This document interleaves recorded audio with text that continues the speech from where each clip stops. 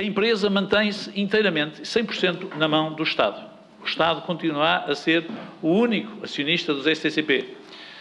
Aquilo que vai acontecer é que passa a haver um contrato de gestão, em que a gestão passa a ser desempenhada de uma forma participada pelos municípios, em que a presidência do Conselho de Administração passa a ser do município do Porto, onde os STCP atuam primordialmente e onde tem o exclusivo, onde o Estado manterá um administrador responsável pela área financeira, chamado hoje em dia CFO, que é uma coisa muito chique, e os outros municípios nomearão 3 administradores.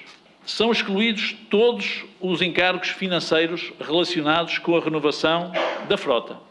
A dívida histórica e o serviço da mesma são da responsabilidade do Estado enquanto único acionista. São excluídos factos extraordinários, como é o caso de provisões e pagamentos de indemnização. O resultado rodoviário, o déficit operacional, é partilhado entre o Estado e os municípios.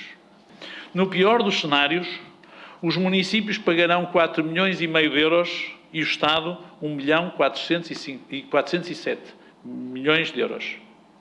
Destes 4,5 milhões, o Porto pagará 54%. Isto é a pior das soluções, na medida em que foi apresentada uma contraproposta pelos municípios, está neste momento a ser avaliada pelo Ministério das Finanças. Os STCP é um modelo de solidariedade absoluta entre estes 6 municípios. Porque, ao contrário de Lisboa, em que a Carris pode passar para o município de Lisboa, o capital pode passar para o município de Lisboa, aqui não poderia nunca passar para os municípios. Porquê? Porque há municípios que, pela sua situação patrimonial, nunca poderiam passar a ser acionistas do STCP. O Porto não tem esse problema, mas o Porto não poderia fazer outra coisa senão ser solidário com os outros municípios, sob pena de nós encontrarmos aqui uma fórmula perfeitamente desregrada de atuação. Queria também dizer uma coisa, para aqueles que entenderam e que disseram que o Presidente da Câmara do Porto estava a agir com tibieza, recordo-me desta conversa há 2 anos, ou que a ideia do município do Porto vir a gerir os STCP e que era um sonho de uma noite de verão, porque de facto estávamos nessa altura no verão, hoje estamos numa noite de verão e afinal nós vamos gerir os STCP. Obviamente o acordo é um acordo positivo, já o disse aqui o Francisco Carrapatoso, e politicamente nós revemos-nos, obviamente, neste acordo, como sempre o dissemos. Mas confiando que o Sr. Presidente da Câmara trouxe aqui o pior dos casos, a nossa única dúvida, deixe-me dizer, Sr. Presidente da Câmara, é em relação ao plano de exploração e à comparticipação do Governo. Que eu acho que o plano parte de algumas metas irrealistas nos primeiros anos, nomeadamente o crescimento da exploração de 3% e 2,7%. Sempre que há renovação maciça de frota, e isto, olhamos a parâmetros internacionais, há imediatamente um acréscimo de passageiros. Este é um facto. Depois temos um outro facto, é que nos últimos anos perderam-se muitos passageiros. E perderam-se muitos passageiros não foi apenas pela concorrência do metro. E seguramente não foi pelo poder de compra para comprar automóveis. Perderam-se muitos passageiros porque o serviço se degradou. Nós estamos firmemente convencidos, quando eu disse o worst case cenário, o pior cenário, nós estamos convencidos que vai ser possível aumentar o número de passageiros e mesmo assim não aumentar o déficit. Queríamos, relativamente também à STCP, muito rapidamente, mas não deixar de saudar aqui esta situação completamente nova. Há um ano atrás, estava em marcha um plano de destruição da STCP. Uma ação executada para, através da diminuição de motoristas, criando aquele espetáculo absolutamente inaceitável de todos os dias ficarem nas garagens de recolha da STCP, dezenas de autocarros, quando eles eram precisos na cidade.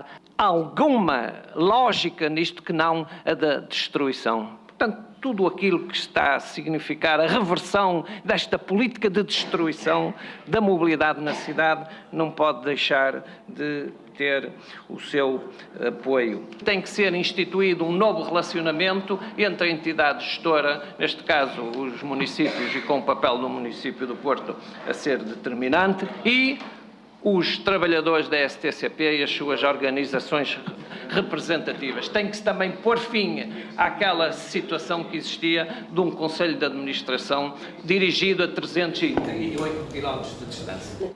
Com esta questão da STCP, com o negócio que desta maneira é proposto, o que o município do Porto e outros municípios poderão vir a ter no futuro não é propriamente capacidade para prestar um serviço, mas pode ser um encargo para o qual não têm capacidade para vir a assumir e, efetivamente, pode estar a ser um contributo não para a descentralização tão apregoada, mas para contribuir para que, efetivamente, o Estado Central se alheie de uma responsabilidade que é sua.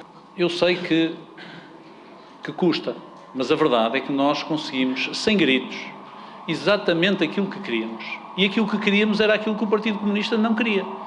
Os senhores têm uma visão profundamente centralista e paternalista relativamente a tudo isto. Aliás, é curioso, parece que a Câmara não é Estado. Parece que a Câmara Municipal não é Estado. E depois vem-nos falar de solidariedade. É bom nós sabermos o seguinte: todos os municípios do país, à exceção destes 6 municípios na área metropolitana do Porto e de um município na área metropolitana de Lisboa, arcam hoje com a responsabilidade financeira pelo transporte público de passageiros. Todos. Eu continuo a acreditar que os transportes públicos geridos na proximidade, próximo dos cidadãos, em função das necessidades dos cidadãos, resolve melhor as necessidades das pessoas, porque nós conseguiríamos cumprir melhor. Não é possível ter transportes públicos a funcionar no território das cidades em desarmonia com a gestão do próprio território. Se são os municípios que definem os sentidos das vias, a semaforização, se de uma via ou de 2 vias, se faz rua aqui, se faz rua acolá. Ora, não é possível haver contradição entre a gestão do território, em todos os seus domínios, e a rede de transporte público. Portanto, só as autarquias é que estão capazes de fazer isto com racionalidade, eficiência e uma perspectiva de futuro.